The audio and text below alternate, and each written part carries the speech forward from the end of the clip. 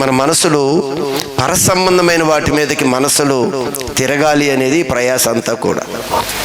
ఇన్ని కూడికలు పెట్టినా, ఇన్ని ఆరాధనలు జరిగించినా,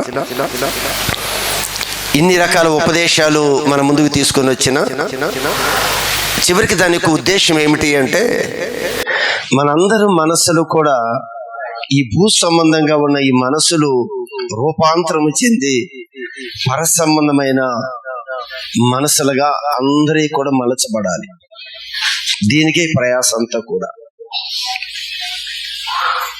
బైబిల్ గ్రంథంలో ఒక చక్కని మాట మనం జ్ఞాపకం చేసుకుందాం. చూడండి ఒక్కసారి మత్తయి సువార్త 19వ అధ్యాయము 30వ వాక్య భాగాన్ని ఒకసారి చదవండి.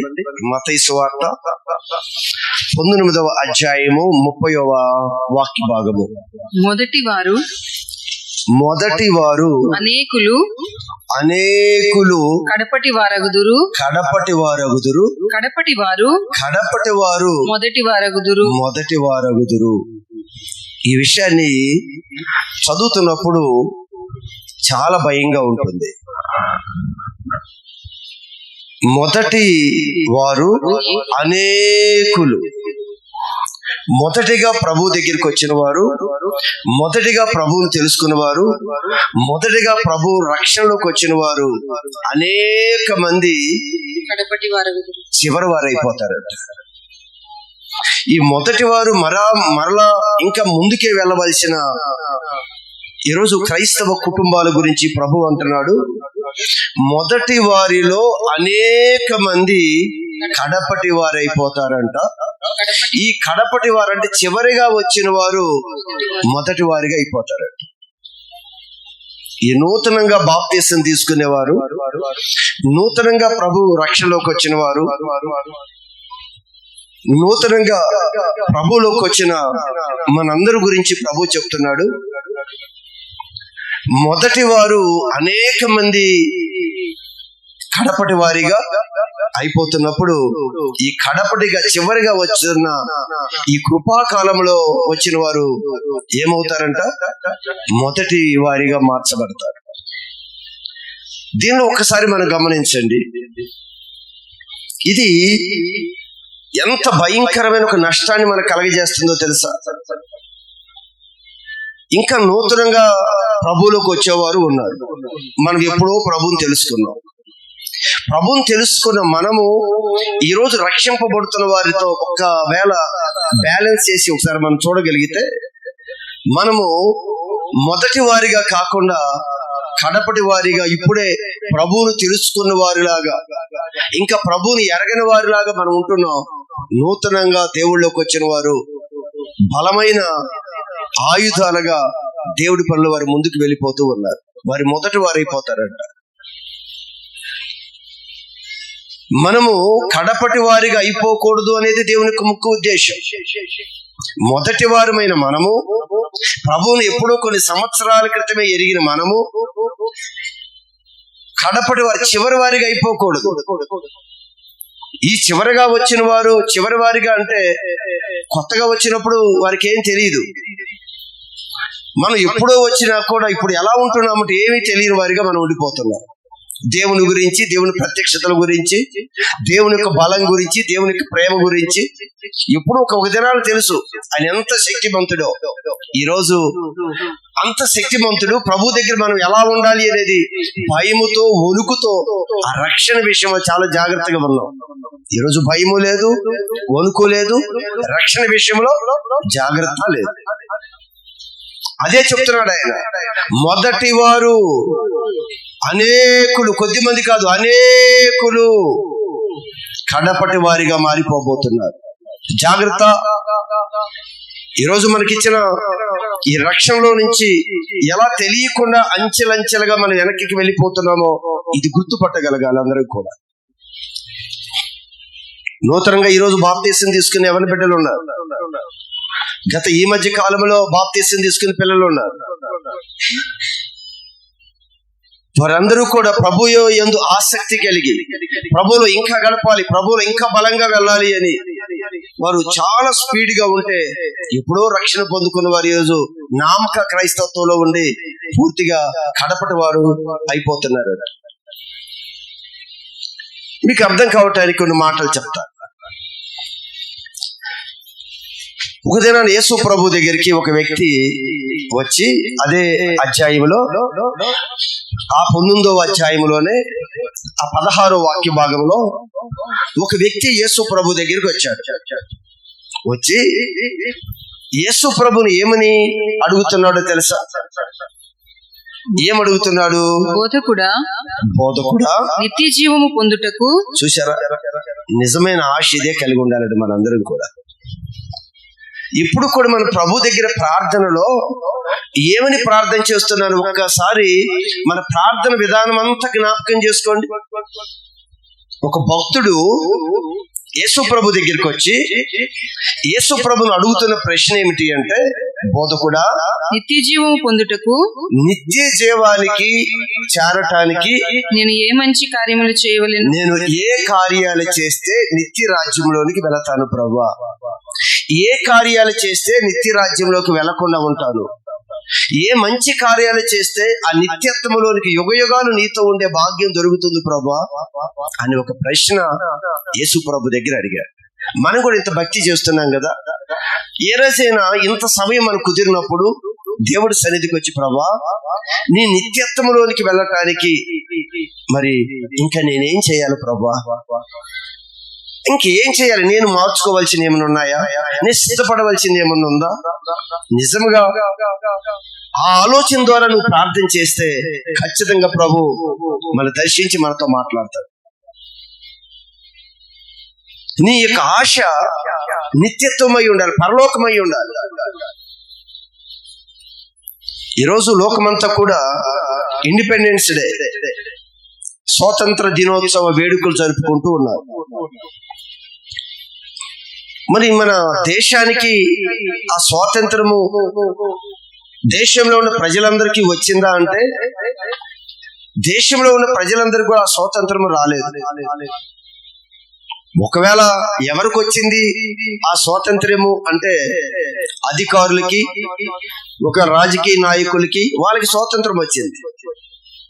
కానీ మనుషులందరూ కూడా ఆ స్వాతంత్రం రాలేదు. కానీ ప్రభువు మనందరికీ కూడా ఆ స్వాతంత్రం మన ప్రభువు ఇచ్చాడు. మనందరికీ దేవుడు ఈరోజు లోకంలో అందరికీ స్వాతంత్రము రాలేదు, కానీ ప్రభు మనకిచ్చిన స్వాతంత్రము చాలా గొప్పది.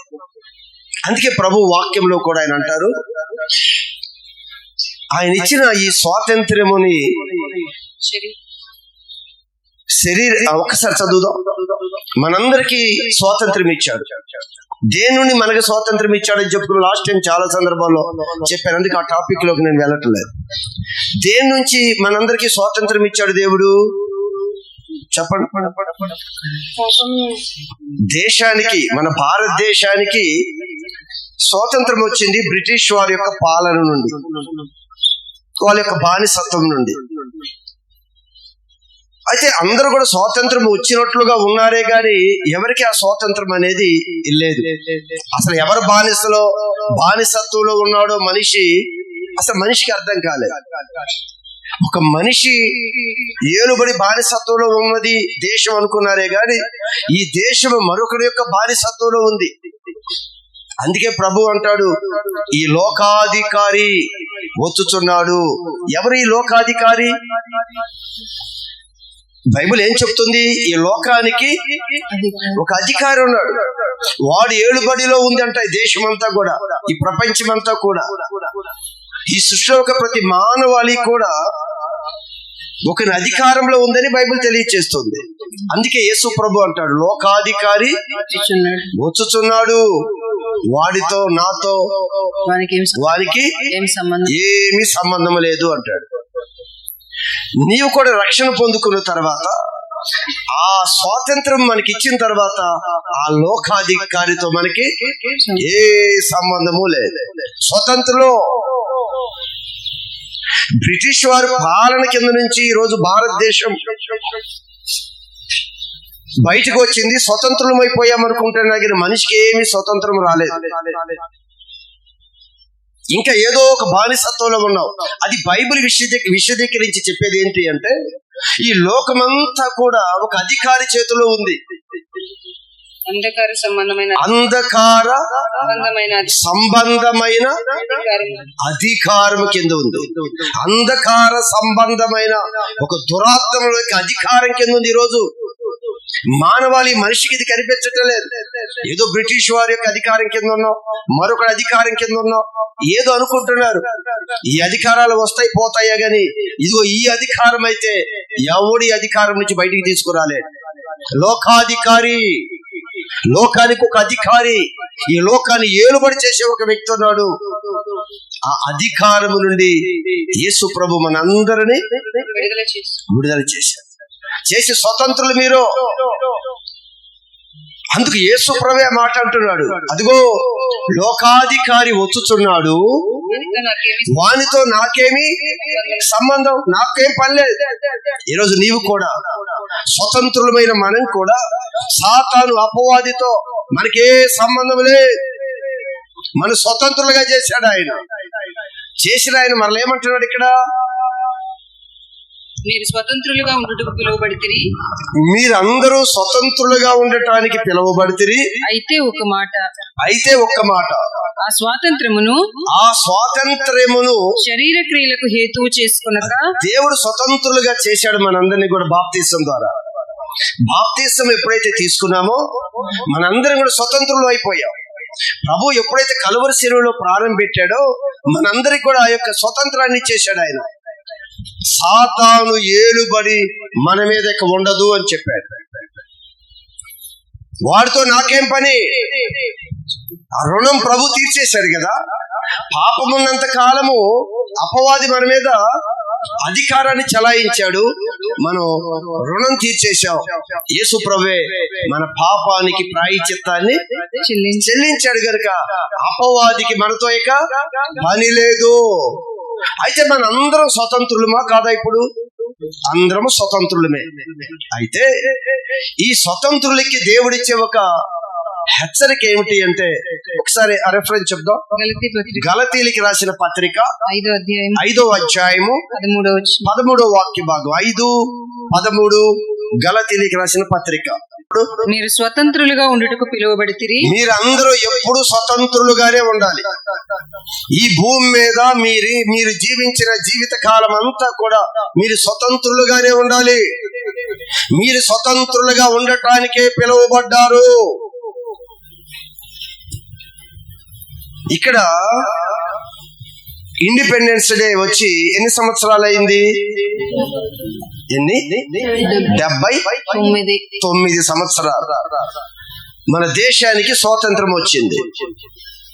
కానీ దేశానికి వచ్చిందేమో కానీ ప్రజలకి సరైన స్వాతంత్రము అనేది ఎప్పుడు వచ్చింది అంటే 2025 సంవత్సరాల క్రితము ఆ స్వాతంత్రం ఇవ్వటానికి ప్రభు ఈ భూమి మీదకి వచ్చాడు. కానీ మనం స్వతంత్రులుగా మారింది ఎప్పుడు మారాం మనం? మనకొచ్చి ఎన్నాళ్ళైంది? మనకొచ్చి స్వాతంత్రం ఎన్నాళ్ళైంది? నీవు రక్షణ పొందుకున్న తర్వాత నీకు స్వాతంత్రం వచ్చింది. ప్రభువులో నువ్వు ఎప్పుడైతే బాప్తిసం తీసుకున్నావో అప్పుడు మనకు స్వాతంత్రం వచ్చింది. అయితే మనందరము స్వతంత్రులమే. రక్షణ పొందుకుని మనందరము కూడా స్వతంత్రులమే. అపవాదికి, సాతానికి, చీకటి రాజ్యానికి మన మీద ఏ అధికారము లేదు. అయితే ఇక్కడ దేవుడు చెప్పే మాట ఏంటి అంటే, మీరు స్వతంత్రులుగా ఉండుటకు పిలువబడితిరి. అయితే ఒక్క మాట, ఆ స్వాతంత్రమును దేవుడిచ్చిన ఈ స్వాతంత్ర్యమును శారీరకమైన క్రియలకు హేతువు చేసుకోవద్దు. ప్రభు మనందరిని విడిపించాడు, మనందరిని మరణాన్ని తప్పించాడు, మనందరిని అనారోగ్యం నుంచి ఆరోగ్యవంతులుగా చేశాడు, మనందరినీ కూడా రకరకాల వ్యసనాల నుంచి దేవుడు విడిపించుకుంటూ వచ్చాడు. అంటున్నాడు ప్రభు, ఈ ఆరోగ్యం ఇచ్చాడు కదా, ఈ శక్తిని ఇచ్చాడు కదా, ఈ జ్ఞానాన్ని ఇచ్చాడు కదా, ఇవన్నీ కూడా మరలా దేనికి నువ్వు హేతువు చేసుకోవద్దు? శరీర క్రియలకు శరీర క్రియలు చేయటానికి హేతువు చేసుకోవద్దు. ప్రేమ చేసుకొనక ప్రేమ కలిగిన వారై ఒకరికొకడు ఇక్కడ మనకి ఏం కావాలి అంటే మరలా మన యొక్క ఈ స్వాతంత్ర్యమును శరీర క్రియలకు హేతువు చేసుకోవద్దు అన్నాడు. అందరికి విడుదల ఇచ్చేశాడు. ప్రభు మన ముందు ఉంచాడు. ఏది మంచో ఏది చెడో చెప్పి నీ ఇష్టం నువ్వు నడువు అని చెప్పాడు. మరలా నువ్వు దాని కిందకి వెళ్ళిపోతావేమో జాగ్రత్త అంటున్నాడు ప్రభు. పాపం చేయటం వల్ల అపవాది ఏలుబడి చేశాడు కదా, మరలా అపవాది నీ మీద ఏలుబడి చేయకుండా నువ్వు జాగ్రత్త. అందుకే ఒక్క మాట అని చెప్తున్నాడు ఆయన. మరొక్క మాట జాగ్రత్తగా మీరు ఆలకించండి. మరలా దాస్యంలోనికి మీరు వెళ్ళవద్దు. అపవాది యొక్క దాస్యత్వంలోకి మనం వెళ్ళొద్దు అని చెప్పాడు. కనుక మనం కొంచెం జాగ్రత్త పడుతూ మనం చేయవలసిన ప్రార్థన ఏంటంటే, ఇదిగో వ్యక్తి యేసు ప్రభు దగ్గరికి వచ్చి అడుగుతున్నాడు ఇక్కడ, అయ్యా నిత్య రాజ్యములోనికి ప్రవేశించటానికి నేను ఏం చెయ్యాలి? ఇక మన పనిదే, మన స్వతంత్రులు. ఇప్పుడు ఇంకా దాని గురించి దీని గురించి ఏం ప్రార్థన చేయక్కర్లేదు. అవన్నీ మన దగ్గరికి ఏమి ఏలుబడి చేయవు. మన శరీర క్రియలను మనం ఆ హేతువు చేసుకోకుండా మనకిచ్చిన ఈ రక్షణని, మనకిచ్చిన ఈ ఆరోగ్యం, మనకిచ్చిన ఈ బలం, మనకిచ్చిన రక్షణ, ఇవన్నీ కూడా ప్రభువుని ఆరాధించి ప్రభుతో కలిసి నడవటానికే దీన్ని మనం సద్వినియోగపరచుకోవాలి.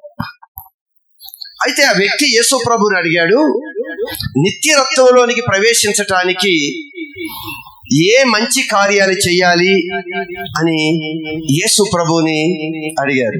అప్పుడు యేసు ప్రభు కొన్ని విషయాలు చెప్పుకుంటూ వచ్చాడు.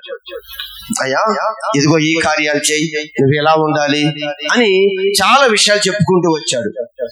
అయితే ఇతను భక్తుడు కదా, ఏం చెప్పాడు యేసు ప్రభు సమాధానం? ఇవన్నీ నేను అనుసరించు. ఇవన్నీ కూడా ఎప్పటి నుంచి అనుసరిస్తున్నాను? బాల్యము నుండి. ఇవన్నీ కూడా నేను సండే స్కూల్ పిల్లలప్పటి నుంచి అనుసరిస్తున్నాను ప్రభు. మంచి భక్తుడే, చాలా మంచి భక్తుడు ఈ వ్యక్తి. దేవుడు అంటే చాలా మక్కువ కలిగిన వాడు. పరలోక రాజ్యం అంటే ఒక వ్యామోహం కలిగిన వాడు. ఇంకా ఏమన్నా ఉంటే ప్రభు దగ్గర నేర్చుకుందాం, ఇంకా తెలుసుకొని సిద్ధపడి ఆ రాజ్యానికి ఎలా అయినా స్వతంత్రించుకోవాలి అనుకున్నాడు. ప్రభువుని అడిగాడు. ప్రభు చాలా విషయాలు చెప్పారు. అన్ని విషయాలు చెప్పిన తర్వాత అన్ని చెప్తూ ఉండగా, అన్ని చిన్నప్పటి నుంచి చేశాను ప్రభు, నేను ఇవన్నీ నేను చేస్తున్నాను ప్రభు అన్నాడు. యేసు ప్రభు నువ్వు చేయలేదు అని యేసు ప్రభు అన్నాడా? అనలా. యేసు ప్రభు ఆ మాటకి ఏ స్పందించాడో తెలుసు అక్కడ. అందుకు యేసు నీవు పరిపూర్ణుడు వగుటకు కోరిన ఎడల. ఇక్కడ చాలా జాగ్రత్త మీరు గమనించాలి. ఆయన అంటున్నాడు, ఇవన్నీ నేను చేస్తున్నాను ప్రభా. బాల్యకాలం నుండి నువ్వు చెప్పావు కదా, అన్ని నేను చేస్తున్నాను అన్నాడు కదా. చేస్తున్నాను అన్నప్పుడు యేసు ప్రభు అంటున్న మాట ఏంటి? నీవు పరిపూర్ణుడు వగుటకు కోరిన. నీవు పరిపూర్ణుడుగా ఉండాలి అని నువ్వు కోరుకుంటే ఒక విషయం చెప్తాను. ఒక పరిపూర్ణతలోనికి నువ్వు వెళ్ళాలి అంటే నిత్య రాజ్యంలోనికి ప్రవేశించే విధంగా ఉండాలి అంటే నీకు ఒక్క విషయాన్ని చెప్తాను అని చెప్తున్నాడు ఆయన. నువ్వు మంచాడివే, బాగా ప్రార్థన చేస్తున్నావు, మంచిగానే విశ్వాసం ఉంచావు, మంచిగా నీతి క్రియలు చేస్తున్నావు, అన్ని బాగా చేస్తున్నాడు. దీనిలో ఏ డోకా లేదు. నువ్వు భక్తుడివే, నువ్వు భక్తురాలివే, అన్ని బాగా చేస్తున్నావు. కానీ నువ్వు ఒక పరిపూర్ణత అంటే ఏంటి అంటే నిత్య రాజ్యములోనికి ఆటంకము లేకుండా వెళ్ళటం పరిపూర్ణత. అయితే ఇక్కడ ఏమంటున్నాడు యేసు ప్రభు? నీవు పరిపూర్ణుడు వగుటకు కోరిన ఎడల. ఇది ఈ రోజు ఒకటి గమనించండి. మనందరం కూడా మంచిగానే భక్తి చేస్తున్నాం, భక్తి చేయటం లేదు అని అనటం లేదు. అందరూ మంచి భక్తి చేస్తున్నాం కనుక చాలా ఆశతో ఇదిగో మనకి హాలిడే దొరకగానే దేవుడితో గడపడానికి వచ్చాం. కానీ దేవుడు మనందరినీ కూడా ఒక పరిపూర్ణతలోనికి తీసుకువెళ్ళాలి అనే దేవుని ఆశ. నీవు పరిపూర్ణుడిగా ఉండగోరితే, నేను పరిపూర్ణుడిగా ఉండాలి అంటే నిత్య రాజ్యానికి వెళ్ళిపోయే పరిపూర్ణత. చాలా మంది ఏంటి అంటే ఈ భూమి మీద ఉన్నంత కాలం అన్ని క్షేమంగా సుఖంగా మనకు దొరికితే చాలు అనుకునేవారు. వారు భక్తి బాగానే చేస్తారు, కొన్ని అటు కొన్ని ఇటు, చల్లగా కొన్ని వెచ్చగా కొన్ని, రెండు మిక్సింగ్ అయిపోయి వెళ్ళిపోతూ ఉంటారు. వారికి రెండు కావాలని చూసుకుంటూ వెళ్ళిపోతూ ఉంటారు. కానీ పరిపూర్ణతలోనికి రావాలి అనుకున్న వారు ఖచ్చితంగా దేవుని దేవుడు అడుగుతారు, దేవుడు ఖచ్చితంగా వారికి సమాధానం చెప్తారు. ఇది చదువుతున్నప్పుడు నిజంగా మనం చేస్తున్నాం కదా భక్తి, ఒక పరిపూర్ణమైన భక్తి కూడా ఉందా?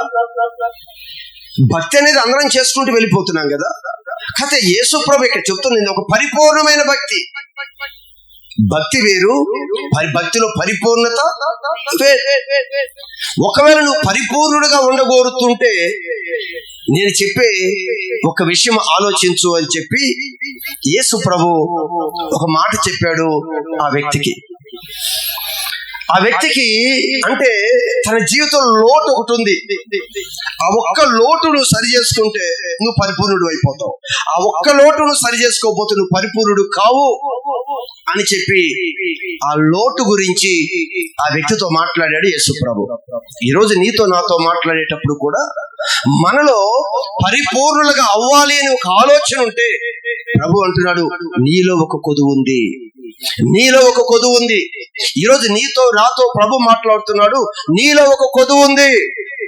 నువ్వు భక్తి చేస్తున్నావు, బాగానే చేస్తున్నావు, భక్తి కార్యాలు బాగానే చేస్తున్నావు, నీతి కార్యాలు బాగా చేస్తున్నావు, అన్ని బాగానే ఉన్నాయి. కానీ నువ్వు పరిపూర్ణుడు అవ్వాలి అంటే నీలో ఒక లోటు ఉంది. ఆ లోటు నువ్వు సరి చేసుకోగలిగితే నువ్వు పరిపూర్ణతలోనికి వస్తావు, నిత్యత్వాన్ని నువ్వు స్వతంత్రించుకుంటావు. నువ్వు ఎప్పుడూ కూడా ఈ లోకంలో దేనికి దాసుడు కావు, ఎప్పుడు స్వతంత్రుడిగానే ఉండి ఈ భూమిని చేయిస్తావు అని యేసు ప్రభు మాట్లాడుతూ ఉన్నాడు. ఆ వ్యక్తి ఏం చేశాడో తెలుసా? ఆ మాట చెప్పగానేనంట ఏం చేశాడు? వ్యసన పడుచు వెళ్ళిపోయిను. ఆ ఒక్క పని నేను చేయలేను అనుకున్నాడు, వెళ్ళిపోయాడు. భక్తి బాగానే చేశాడు. ఆ భక్తి ఎంతవరకు ఉపయోగపడిందో తెలుసా? ఈ భూమి మీద ఉన్నంత కాలమే ఉపయోగపడిందేమో. ఒక పరిపూర్ణతలోనికి వెళ్ళటానికి దేవుడు చూపిస్తున్న ఒక మచ్చ, ఒక డాగు, నీలో ఈ మచ్చ ఉంది, నీలో ఈ డాగు ఉంది అని దేవుడు ఎన్ని ఉపదేశాల ద్వారా మన ముందుకు వచ్చినా కూడా ఆ మచ్చ డాగుని బాగు చేసుకునటానికి మనం కూడా మనసకుండా ఇదిగో వ్యక్తి తిరిగి వెళ్ళిపోయాడు కదా, నచ్చలేదంట, తిరిగి వెళ్ళిపోయాడు యేసు ప్రభు దగ్గర నుంచి. ఇంత ఆశ ఉందే, నిత్య రాజ్యం కావాలని ఆశ ఉంది, పరలోక రాజ్యాన్ని స్వతంత్రించుకోవాలని ఆశ ఉంది. కానీ ప్రభు చెప్పిన మాట నీరు ఇది సరి చేసుకోవాలి అని చెప్పగానే మనసు నొచ్చుకొని మనసులో బాధపడి ఇదైతే నేను విడిచిపెట్టలేను అని చెప్పి తిరిగి వెళ్ళిపోయాడు. పరిపూర్ణుడయ్యాడా? పరిపూర్ణుడయ్యాడమ్మా? పరిపూర్ణుడు అవ్వలే. ఈరోజు నీతో మాట్లాడుతున్నాడు, నాతో మాట్లాడుతున్నాడు. నీలో ఒక లోటు ఉంది. నీవు కూడా ఇక్కడికి వచ్చావు కదా, నిత్యత్వం కావాలని అడుగుతున్నావు కదా, పరలోక రాజ్యానికి వెళ్ళాలని చెప్తున్నావు కదా, నువ్వు భక్తురాలివే, నువ్వు భక్తుడివే. కానీ నీలో ఒక లోటు ఉంది. ఈరోజు నువ్వు ప్రశ్నించుకో, నీ లోటు గురించి ప్రభు నీతో చెప్పలేదా? అమ్మ, నీలో ఈ లోటు ఉంది, నీలో ఈ ప్రాబ్లం ఉంది, నీలో ఈ మచ్చ ఉంది, నీలో ఈ డాగ్ ఉంది, నువ్వు మార్చుకోవాల్సింది ఇది అని ఎన్ని మారులు దేవుడు మనతో మాట్లాడుతున్నాడో. ఇదిగో ఈ భక్తుడు ఏ విధంగా అయితే ప్రభు చెప్పగానే మనసులో నొచ్చుకొని వ్యసనపడి వెళ్ళిపోయాడు. వెళ్ళిపోవటం అంటే మందిరాన్ని విడిచి వెళ్ళిపోలేదు, దేవుడు మాటలను విడిచిపెట్టి వెళ్ళిపోతున్నాడు. దేవుడు మాట్లాడుతున్నా కూడా ఆయన అలానే చెప్పుకుంటాడులే అనే విధంగా వెళ్ళిపోయాడు. ఈరోజు మనం కూడా చూడండి, దేవుడు ఇదిగో ఇది మార్చుకోవాలి, ఇది మార్చుకోవాలి, ఇది మార్చుకోవాలి, ఇదొక్కటే నీలో ఉంది, నువ్వు పరిపూర్ణుడిగా మార్చబడతావని దేవుడు పదే పదే విషయాన్ని మనకి ప్రస్తావిస్తున్నప్పుడు మనం ఏం చేస్తామో తెలుసా? ఆయన అలానే చెప్పుకుంటారు, ఇది మన వల్ల కాదు, ఇది కాదు. ఎన్ని మాటలు చెప్పినా ఆ మాటలు మనలోకి వెళ్ళవు. ఆ వ్యక్తికి చెప్పినా కూడా, యేసు ప్రభు మాట్లాడుతున్నా కూడా, యేసు ప్రభు నీలో లోటు ఉందని చూపిస్తున్నా కూడా ఆ లోటుని మార్చుకునే మనసు లేదు. కానీ తిరిగి మనసు ఆయన మీద నుంచి మళ్ళించాడు. ఈ రోజు ఇక్కడ కూర్చొని ఉన్నాం, ఎన్ని మార్లు దేవుడు మనతో మాట్లాడుతున్నా కూడా మనం కూడా వెళ్ళిపోతున్నాం. వెళ్ళటం అంటే దేవుడు మందిరాన్ని విడిచి వెళ్ళటం లేదు, దేవుడితో ఉన్నట్టు ఉంటున్నామే కానీ ఆ మాటలు మాత్రం విడిచి వెళ్ళిపోతున్నాం. ఆయన చెప్పిన మాటలు విడిచి వెళ్ళిపోతున్నాం మనం. ఎంతమంది ఉన్నావు ఈ ఉదయకాలం ప్రభు ఆయన మాట్లాడుతూ ఉన్నాడు, మీరు స్వతంత్రులు, మీరు స్వతంత్రులు, మరలా ఆ దాస్యంలోనికి మీరు వెళ్ళొద్దు. ఆ దాస్యం అనే కాడి కిందకి మనం వెళ్ళొద్దు. అదే నిత్యాగ్నిలోకి మీరు వెళ్ళొద్దు. అపవాది యొక్క తంత్రాలకి మీరు లోపడవద్దు. మీరు స్వతంత్రులుగానే ఉండాలి. ఒకసారి మీరు గమనించండి, విడిచిపెట్టలేకపోయాడు. నీవు నేను అనుకుంటున్నావు నిత్య రాజ్యానికి మేము వెళ్ళిపోతాం, మేము కూడా బాగా భక్తి చేస్తున్నాం, మంచిదే, భక్తులం కాదని అనలేదే. అందరం భక్తులం కాబట్టే ప్రదేశంలోకి వచ్చాం, భక్తులం కాబట్టే ఆరాధన చేస్తున్నాం, భక్తులు కాబట్టే దేవుడి యొక్క సన్నిధిలో పూర్తిగా సమర్పించుకోవడానికి ఆశతో వచ్చాం. కానీ ఇదిగో నీలో లోటు ఉంది అని చెప్పగానే మన మనసు అంగీకరించటలే, మన మనసు లోపడట్లేదు, మన మనసు ఒప్పుకోవట్లేదు. ఇది ఒక్కటి చేయలేదు ప్రభా, నువ్వేదైనా చెప్పు, ఇది నా వల్ల కాదు, ఇది నా వల్ల కాదని ఆ మాటని క్రాస్ అయి ముందుకు వెళ్ళిపోతున్నావు. కానీ ప్రభు నిన్ను ప్రేమిస్తున్నాడు. ప్రభు ఈ ఉదయకాలం ఆయన ప్రేమిస్తున్నాడు. మరలా ఆ దాస్యంలోకి వెళ్ళిపోతారేమో పిల్లలు. ఆయన కార్చిన రక్తం ఒకవేళ వ్యర్థమైపోతుందేమో, ఆయన ప్రయాస వ్యర్థమైపోతుందేమో. ఎట్టి పరిస్థితుల్లో ప్రయాస వ్యర్థం కాకూడదు. ఏ ఒక్కరిని నేను పోగొట్టుకోను ప్రభా, ఇదిగో రక్షింపబడిన ప్రతి ఒక్కరిని ఈ రాజ్యములోనికి నేను తీసుకొని వస్తాను అని చెప్పి యేసు ప్రభు మాట్లాడుతూ ఉన్నాడు. యేసు ప్రభుకు ఒక అధికారం ఇవ్వబడింది. ఏం అధికారమో తెలుసా ఆయనకి? ఒకసారి బైబిల్ గ్రంథంలో యోహాను సువార్త 17:2 వాక్య భాగం చూడండి. నీవు నీ కుమారునికి ఇచ్చిన వారికి అందరికీ, తండ్రితో ప్రార్థన చేస్తూ ఉన్నాడు ప్రభు. ఏమని ప్రార్థన చేస్తున్నాడో తెలుసా? జాగ్రత్తగా వినండి, ఆ మాట అర్థం చేసుకోండి. నీవు అంటే ఎవరు? తండ్రి. నీవు నీ కుమారునికి, కుమారుడు ఎవరు? యేసు ప్రభు. నీవు నీ కుమారునికి ఇచ్చిన వారికి అందరికీ, నీ కుమారుని చేతులకి ఎంత మందినైతే నువ్వు అప్పగించావో, మనందరిని కూడా యేసు ప్రభు స్వరక్తం ఇచ్చి మనందరినీ సంపాదించుకున్నాడు. ఆయన ప్రార్థన చేస్తున్నాడు యేసు ప్రభు. తండ్రి, నీవు నీ కుమారునికి ఇచ్చిన వారికి అందరికీ, ఇచ్చిన వారందరికీ, మనందరిని ఎవరి చేతులకు అప్పగించాడు? యేసు ప్రభు చేతులకు అప్పగించాడు. ఆయన నిత్య జీవము అనుగ్రహించున్నట్లు సర్వ శరీరుల మీద ఆయనకు అధికారం ఇచ్చితివి. యేసు ప్రభు యొక్క అధికారం ఏంటో తెలుసా? మన మీద అజమాయిషీ చేయటం కాదు, ప్రతి ఒక్కరిని నిత్య రాజ్యానికి తీసుకుని వెళ్ళాలి. ఇది ప్రభు యొక్క సంకల్పం. ఇది అందుకంటున్నాడు, తండ్రి నీవు నీ కుమారుడికి అప్పగించిన వారందరికీ నిత్య రాజ్యం ఇవ్వాలి. ఖచ్చితంగా యేసు ప్రభు ఓడిపోయేవాడు కాదు. ఆయన ఖచ్చితంగా గెలిచి తీరుతాడు. ఆయన ఏ కార్యమైతే ఆయన తలపెట్టాడో ఖచ్చితంగా మనలో ఏ ఒక్కరు కూడా మిస్ అవ్వకుండా అందరి నిత్యత్వంలోకి తీసుకొని వెళ్ళాలి అనేది ఇదిగో దేవుడు యేసు ప్రభుకి ఇచ్చిన అధికారం. ఇది ఈ మాట ఆలకిస్తున్నప్పుడు ఎంత ధైర్యమో తెలుసా? ఖచ్చితంగా నా ప్రభు నన్ను నిత్య రాజ్యానికి చేరుస్తాడు, నిశ్చయంగా నా ప్రభు నిత్య రాజ్యానికి చేరుస్తాడు. కొంచెం ప్రభు మాట వినటానికి మనం ఇష్టపడితే, కొంచెం ఆయన మాటలకు నువ్వు బెండ్ అవ్వగలిగితే, ఈ భూమి మీద మనం చూస్తున్న ఈ ఆనందం అనుకుంటున్నాం కదా, ఈ సుఖం అనుకుంటున్నాం కదా, ఇది అంతలో కనపడి అంతలో మాయమైపోయింది. ఈ రోజున్న సంతోషం రేపు ఉంటుంది అనుకున్నావా? ఈ రోజున్న ఈ ఆరోగ్యం రేపు ఉంటుంది అనుకుంటున్నావా? ఈ రోజున్న ఈ బలం రేపు ఉంటుంది అనుకుంటున్నావా? ఏముండదు. ప్రభు వాక్యం సత్యం ఇంతలోనే కనపడి మాయమైపోతున్న వైపు మాయ. ఇది ఏంటంట? ఇంతలో కనపడి, అంటే ఇప్పుడు కనపడేదంతా ఏంటి? మాయ. ఏంటి మాయ అంటే?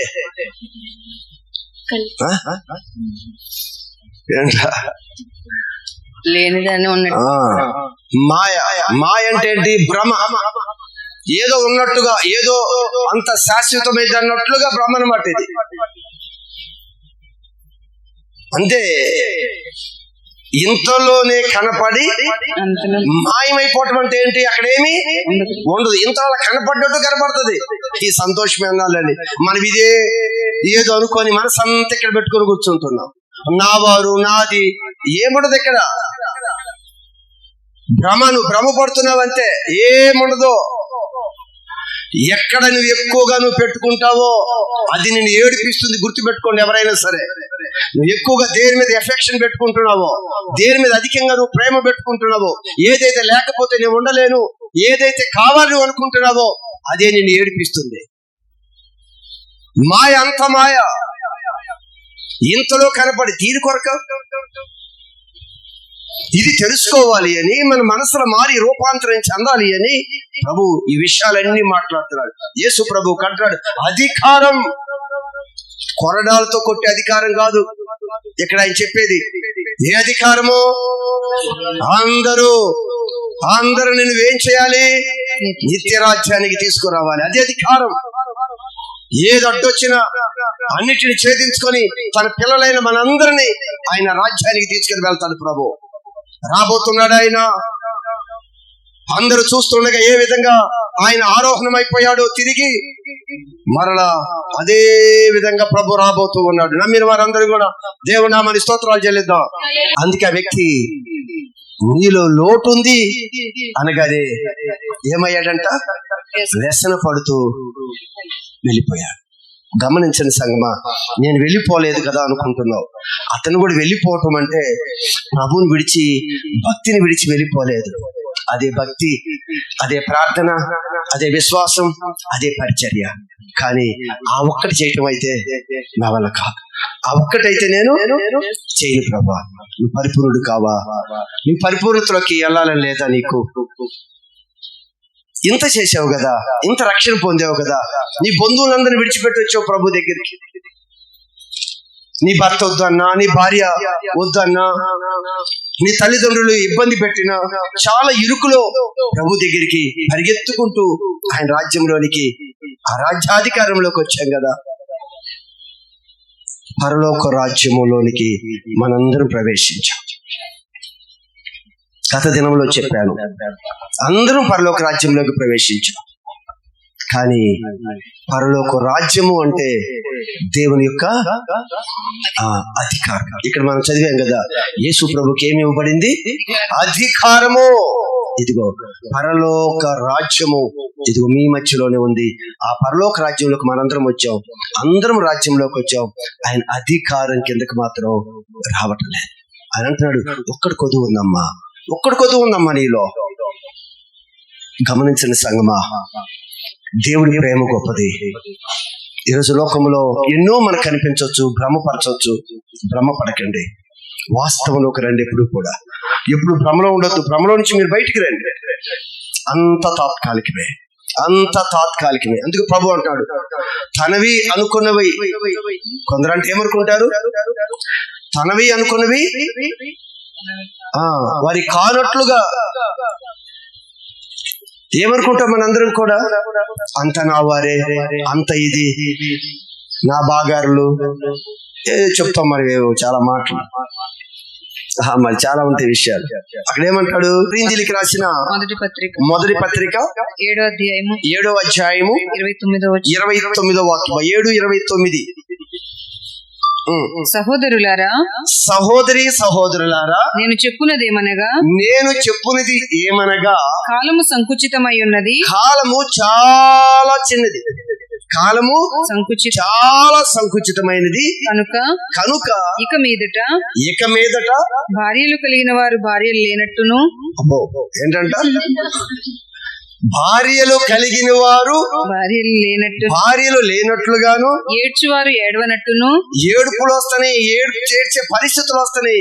ఏడ్చేవారు ఏడుపు ఏడవనట్లును, సంతోషపడువారు సంతోషపడనట్టును, ఇక సంతోషము పడనట్లుగా, కొనువారు తాము కొనినది తమది కానట్టును. తన కొనినది ఇల్లు కొనుక్కుంటున్నావో, స్థలం కొనుక్కుంటున్నావో, బంగారం కొనుక్కుంటున్నావో, అది నాది కాదు, తాత్కాలికంగా దేవుడు ఇచ్చాడు, అంతవరకు. కానట్టును ఏంటంట? కొనువారు తాము కొనినది తమది కానట్లును ఈ లోకము అనుభవించువారు ఈ లోకాన్ని అనుభవించువారు అమితముగా అనుభవింపనట్టును ఈ లోకాన్ని అనుభవించువారు అమితముగా అనుభవింపనట్టును ఉండవలెను. ఎలయనగా ఎలాగంటే ఈ లోకపు నటన గతించుచు. ఈ లోకపు నటన అంటే ఇదంట ఏంటంట? నటన. లాస్ట్ టైం చెప్పాను, సీరియల్ చూస్తే సీరియల్లోనే అవన్నీ ఆ బంగళా, ఆ వ్యక్తిది, ఆ హీరోకి పెద్ద కార్లు పెద్ద మేడలు ఉంటాయి కదా, దేనిలో ఆ సీరియల్లో వరకే. సీరియల్ అయిపోగానే ఆ మేడ అయిందా, కారు అయింది కాదు, మేడ అయింది కాదు, బట్టలు కూడా అయింది కాదు, మేకప్ కూడా అయింది కాదు. తనదనుకున్న వాడు తన కానట్లుగానే ఉండండి, కాలము చాలా సంకుచితంగా ఉంది. ఆ చివరి మాట ఏం చదివా? లోకపు నటన గతించు. లోకపు నటన, ఆ విషయాన్ని గమనించ. లోకపు నటన బైబిల్లో ప్రతి విషయాన్ని చాలా క్లియర్ గా చెప్పాడు. ప్రతి విషయాన్ని క్షుణ్ణంగా ఆయన మనకు అర్థమయ్యే విధంగా చెప్పాడు. ఇంకా మనం అది తెలుసుకోవాలి అని, ఇంకా నాది ఈ మమకారాలు, ఈ బంధాలు ఇవన్నీ పెట్టుకొని ఇది నాది, గొడవలు, అల్లరి, అసూయ, ఈర్ష్య, ద్వేషాలు, ఆ చిన్నదాని కొరకు ఇది నాది. అసలు ఇవన్నీ ఎక్కడ వస్తున్నాయో తెలుసా? అసలు వాక్యం మీరు సరిగా నేర్చుకోండి. కాలము చాలా సంకుచితమైంది. ఏదో రాలేదు అని, ఏదో అవ్వలేదు అని, ఏదో సరిపోదాం ఇంకోటి చేద్దాం అని, ఏంటో ఇవన్నీ నటన అంతా కూడా. నటన అంటే ఒక డ్రామా, ఒక సినిమా. 3 గంటల మూవీ చూస్తే అబ్బో, ఆ 3 గంటల్లో ఎన్నో చూపిస్తాడు మనకి. మనమే దానిలో ఉన్నట్లుగా ఫీల్ అయ్యి శుభ్రంగా చూసేసి 3 గంటలు మనం కూడా దిగిపోయి మరలా ఎక్కి ఆ మరలా దానిలోని గుర్రం మీద వెళ్ళినట్టు, కారులో దిగినట్టు అన్ని అనుకొని మళ్ళీ దిగిపో. చివరికి ఇదే జరిగేది కూడా. ఇది అలవాటు చేసుకుంటే అది కూడా మనకి పెద్ద ఇదేం కాదు. అసలు ఇక్కడే కారు ఎక్కువ, పెద్ద కారు చూపిస్తారు, దాంట్లో ఆ కారు నువ్వు కూర్చున్నట్టు అనుకో. కొంచెం సమయం అంత అయిపోయిన తర్వాత సినిమా క్లోజ్ అవ్వగానే మొత్తం దిగిపోతాం కదా కిందకి. సేమ్ అదే నటన. ఈ భూమి మీద అంత నటన. కాలము చాలా సంకుచితంగా ఉంది. సహోదరి సహోదరుడా, నువ్వేదో దుఃఖపడుతూ, ఏదో భయపడిపోతూ, ఏదో పోయింది, ఏదో జరగలేదు, ఏమీ లేదు, ఆ రాజ్యాన్ని స్వతంత్రించుకునే విషయంలో నువ్వు మనసు పెట్టు. బయట మనవారు అనుకున్న మాటలు మనల్ని గాయపరుస్తూ దేవుడి నుంచి మనల్ని ఈడ్చుకొని వెళ్ళిపోయే అనేకమైన పరిస్థితులు. సాతాను ఎవరిలో దూరతాడో, ఏ విధమైన చేతనైనను మనం దేవుళ్ళ నుంచి బయటికి తీసుకుని వెళ్ళిపోవటానికి వాడి ప్రయత్నం. కానీ మన స్వతంత్రంలో అంత ఈజీగా మనం ఈడ్చుకొని వెళ్ళలేదు. అందుకే ఈ స్వాతంత్రముని మీరు శరీర క్రియలకు హేతువు చేసుకున్నారా, దుష్టుడు మరలా తన స్వాధీనంలోకి తీసుకుని వెళ్ళిపోతుంది. అంత ఏంటంట ఇది ఆ నటన. భార్యలు కలిగిన వారు, భర్తలు కలిగిన వారు, భర్తలు కానట్లుగా, భార్యలు కానట్లుగా. ఏదో నా భార్య ఏమంటది, ఒంటికాల మీద వెళ్ళకూడదు, నా భర్తే కదని అంటే ఒంటికాల మీద వెళ్ళకూడదు. వాళ్ళు కలిగిన వాళ్ళు ఇక అవన్నీ వివరించేవి కాదు, కానీ అది సంగతి.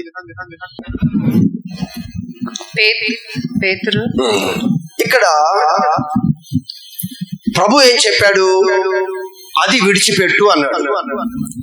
మనం ఏంటంటే అది విడిచి, ఎందుకంటే అదంటే ఇష్టం కదా మనకి, అదొక్కటి విడిచిపెట్టలేదు. మనం అంటాం ప్రభా అదొక్కటి విడిచిపెట్టను, ఏదైనా విడిచిపెట్ట, అదొక్కటి మాత్రం నేను చేయలేను ప్రభా, అదొక్కటి నేను చేయలేను. కానీ పేతురు యేసు ప్రభు దగ్గరికి వచ్చాడు. పేతురు యేసు ప్రభు దగ్గరికి వచ్చి యేసు ప్రభుతో ఒక మాట అంటున్నాడు. పేతురు ఏమన్నాడు? ఇదిగో మేము సమస్తమును విడిచిపెట్టి, అదిగో విడిచిపెట్టిన వ్యక్తి అంటున్నాడు, అయ్యా నేను సమస్తాన్ని విడిచిపెట్టాను. నువ్వు చెప్పావు కదా ఆ ఒక్క లోపము ఉందన్నావు కదా, ఆ లోపాన్ని కూడా నేను విడిచిపెట్టానయ్యా. ఆ ఒక్క లోపం ఉందన్నావు కదా నాలో, ఆ ఒక్క లోపంగా నేను విడిచిపెట్టాను. అందుకే ఈ పేతురు యేసు ప్రభు దగ్గరికి వచ్చి అంటాడు, ప్రభా మేము సమస్తమును విడిచిపెట్టి, మేము సమస్తాన్ని విడిచిపెట్టి నిన్ను వెంబడించితిమి. నిన్ను వెంబడించితిమి కనుక మాకేమి దొరుకును. మాకేం దొరుకుతుంది? చూశారు, మంచి ప్రశ్న వేశాడు ఈయన. పోతే పోయింది కానీ పేతురు మంచి ప్రశ్న వేశాడు యేసు ప్రభు దగ్గర. అన్ని విడిచిపెట్టేశాం కదా, అన్ని సమస్తము విడిచి నువ్వు ఏది ఇవ్వమంటే అది విడిచిపెట్టావు, ఏం చేయమంటే అది చేశాను, నాకేంటి లాభం? ఆయన అయితే విడిచిపెట్టమంటే ఇది నా వల్ల కాదు అని వెళ్ళిపోయాడు. అలానే తిరుగుతున్నాడు కానీ ఏ రోజు వినడు. నేనైతే అన్ని విడిచిపెట్టాను ప్రభా, నువ్వు చెప్పగానే విడిచిపెట్టాను, అన్ని నేను విడిచిపెట్టాను, నిన్ను వెంబడిస్తున్నాను కనుక మాకేమి దొరుకును. మాకేం దొరుకుతుంది? ఈ రోజు మీకు ప్రశ్న అదే. అయ్యా, ఇష్టమైంది విడిచిపెట్టమంటున్నావు కదా, ఆ ఇష్టమైంది విడిచిపెడితే నువ్వేమిస్తావయ్యా?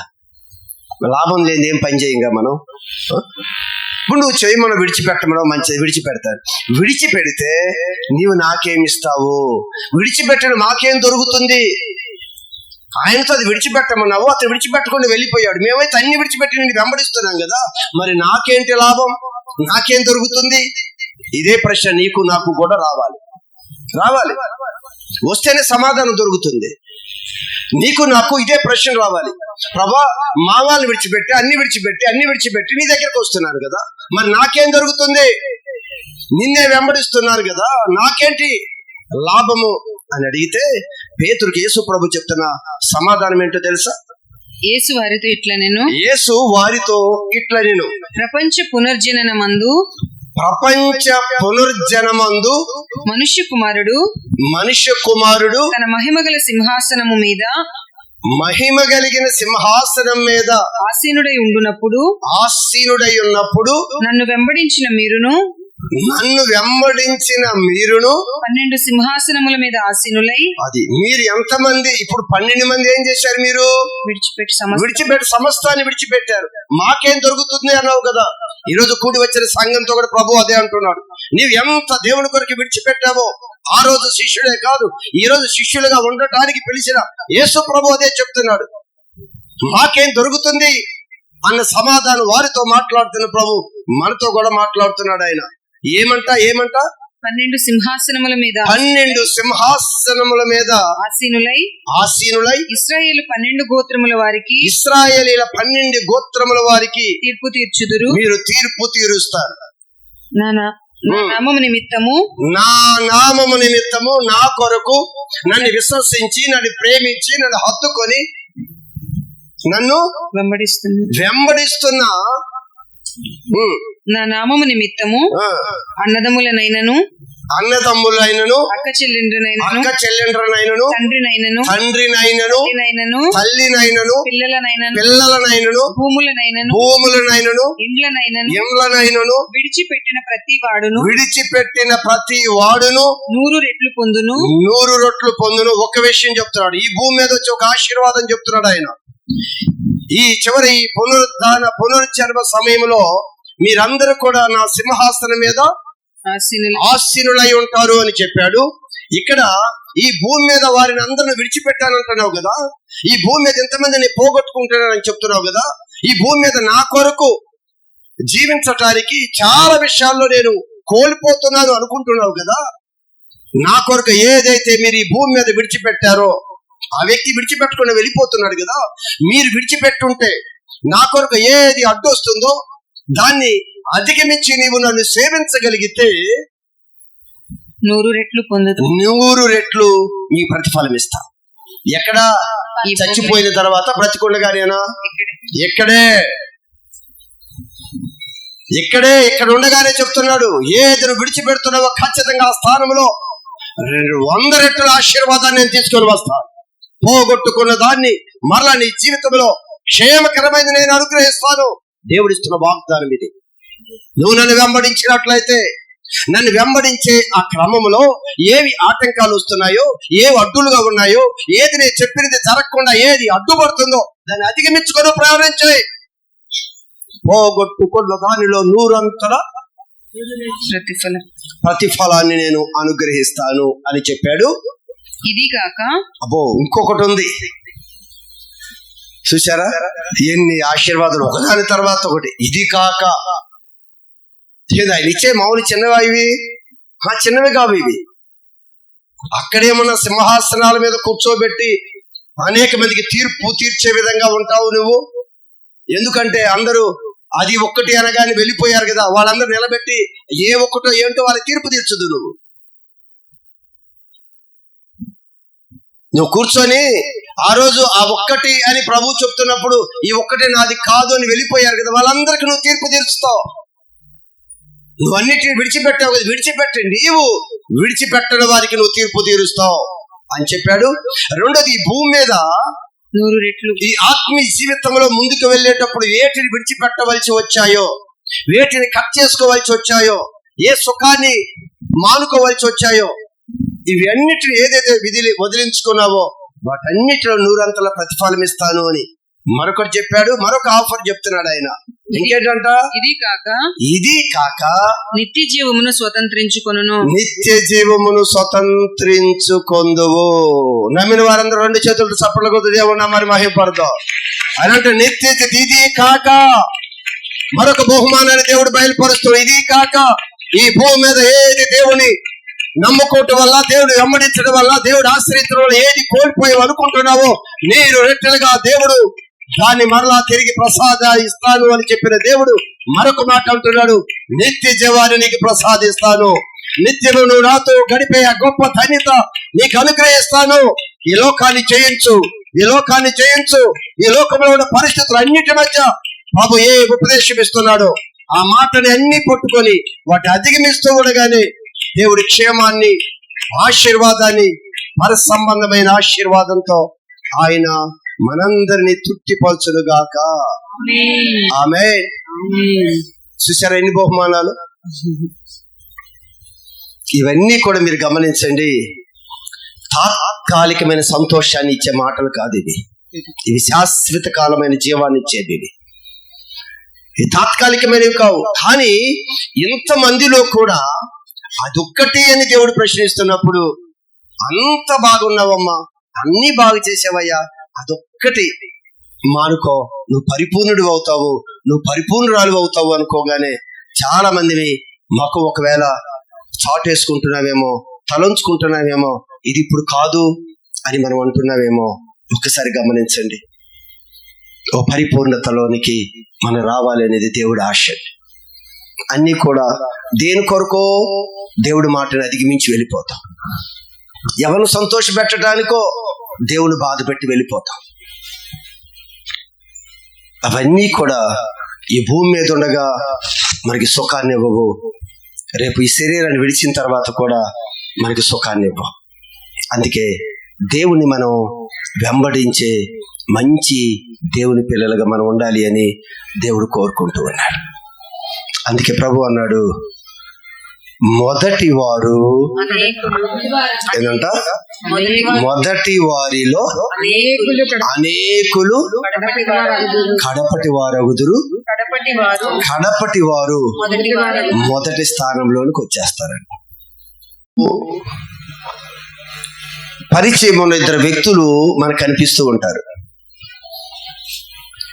ఎవరు అంటే, సౌలు రాజు మనకు తెలుసు. సౌలు ఎవరైనా రాజు, ఇశ్రాయేలీల రాజు. దేవుడే రాజుగా నియమించాడు. దేవుడు అనుకున్నాడు ఈ సౌలు గురించి, ఈ సౌలుని సదాకాలము ఈ ఇశ్రాయేలీల మీద రాజుగా ఉంచుదాము అనుకున్నాడు. ఎన్ని సంవత్సరాలు? సదాకాలం, తన జీవిత కాలం అంతా కూడా ఒక రాజుగా నియమించాలి అనుకున్నాడు దేవుడు. అయితే చాలా అనుభవం కలిగిన వాడు, దేవుడికి అంటే మక్కువ కలిగిన వాడు, దేవుడు అంటే ఆసక్తి కలిగిన వాడు, దేవుడిలో చక్కగా ప్రయాణం చేసిన వాడు. చివరికి ఆ వ్యక్తి, ఈ మొదటి వ్యక్తి చివరికి ఏమైపోయాడో తెలుసా? పూర్తిగా ఆ మొదటి స్థానం నుంచి చివరి స్థానానికి వెళ్ళిపోయాడు. కేవలం దేవుడు చెప్పిన మాటని చెయ్యకపోవటం వలన ఆ ఒక్కటి జాగ్రత్త అనే విషయంలో జాగ్రత్త పడకపోవటం వలన ఆ మొదటి స్థానంలో ఉన్న వ్యక్తి ఇదిగో చివరి స్థానానికి దిగిపోయాడు. ఈలోపు దావీదు ఎంటర్ అయిపోయాడు.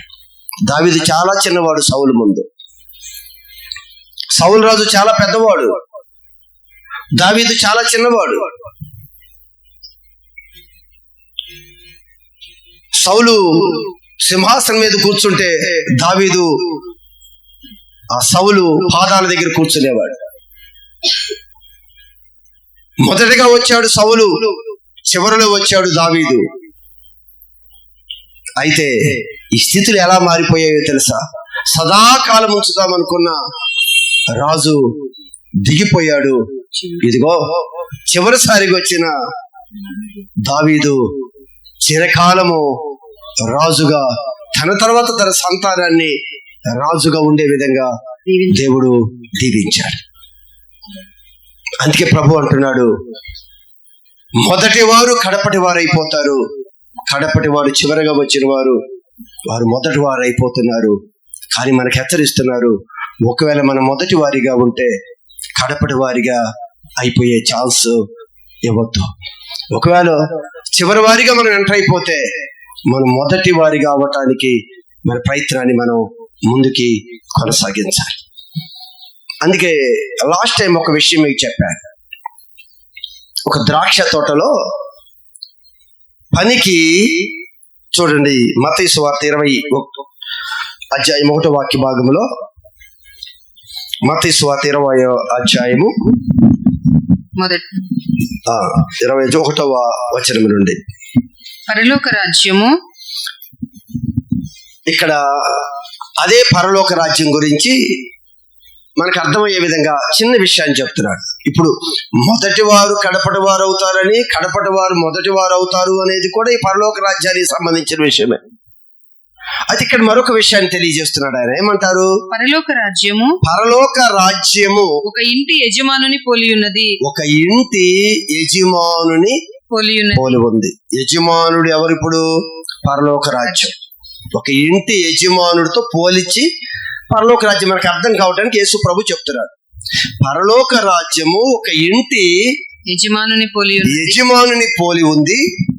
అతడు తన ద్రాక్ష తోటలో పనివారిని కూలికి పెట్టుకొనుటకు పొద్దున బయలుదేరి దినమునకు ఒక దేనారము చొప్పున పనివారితో ఒప్పందం చేసుకొని తన ద్రాక్ష తోటలోనికి వారిని పంపెను. ఎవరు? యజమానుడు. యజమానుడు ఎవరు? పరలోక రాజ్యము. ఈ పరలోక రాజ్యం అంట అనేక మందిని తన యొక్క ద్రాక్ష తోటలో పని చేయటానికి పిలుస్తూ ఉంది. ఈ యజమానుడు అంట ఉదయము బయలుదేరి దినమునకు ఒక దేనారము ఇస్తాను అని చెప్పి వడంబడిక చేసుకున్నాడు. మీలో ఎవరైనా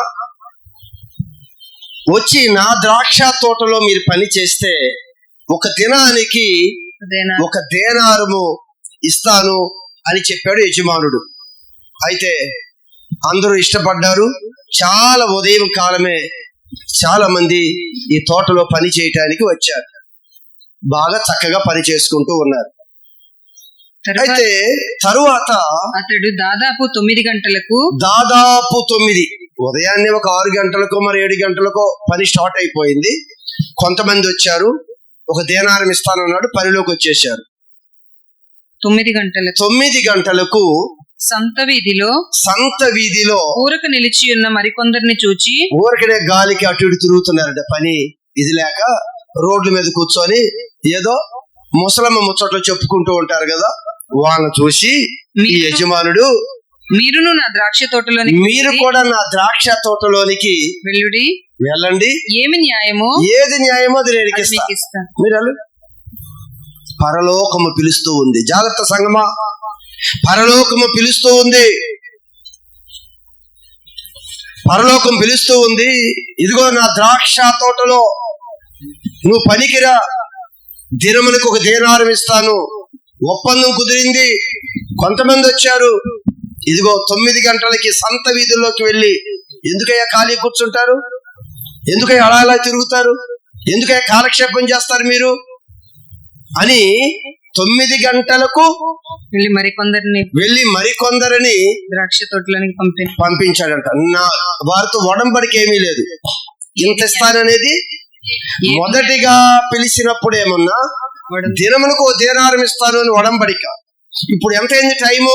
9 అయింది. 9 అయినప్పుడు చెప్పాడు, మీరు రండి, ఏది న్యాయమైతే అది నేను చేస్తాను అనగానే హడావుడిగా ఆ పనిలోకి వచ్చేవారు వచ్చేసారు. దాదాపు 12 గంటలకును 12 గంటలు, మరి 9 అయిపోయింది. మరొక బ్యాచ్ 12 గంటలకు, 3 గంటలకు, 3 గంటలకు మరొక బ్యాచ్. అతడు మరలా వెళ్ళి అలాగే చేసాను. అది ఎవరు? ఈ యజమానుడు వెళ్ళి 12 గంటలు ఈ వీధిలోకి వెళ్ళి చెప్పాడు. 9 గంటలప్పుడు కొంతమంది వచ్చారు. మరి ఇంకా పరలోక రాజ్యం ఎప్పుడు కూడా పిలుస్తూనే ఉంటుందండి. పరలోక రాజ్యం పిలుస్తూనే ఉంటుంది తన రాజ్యంలోనికి.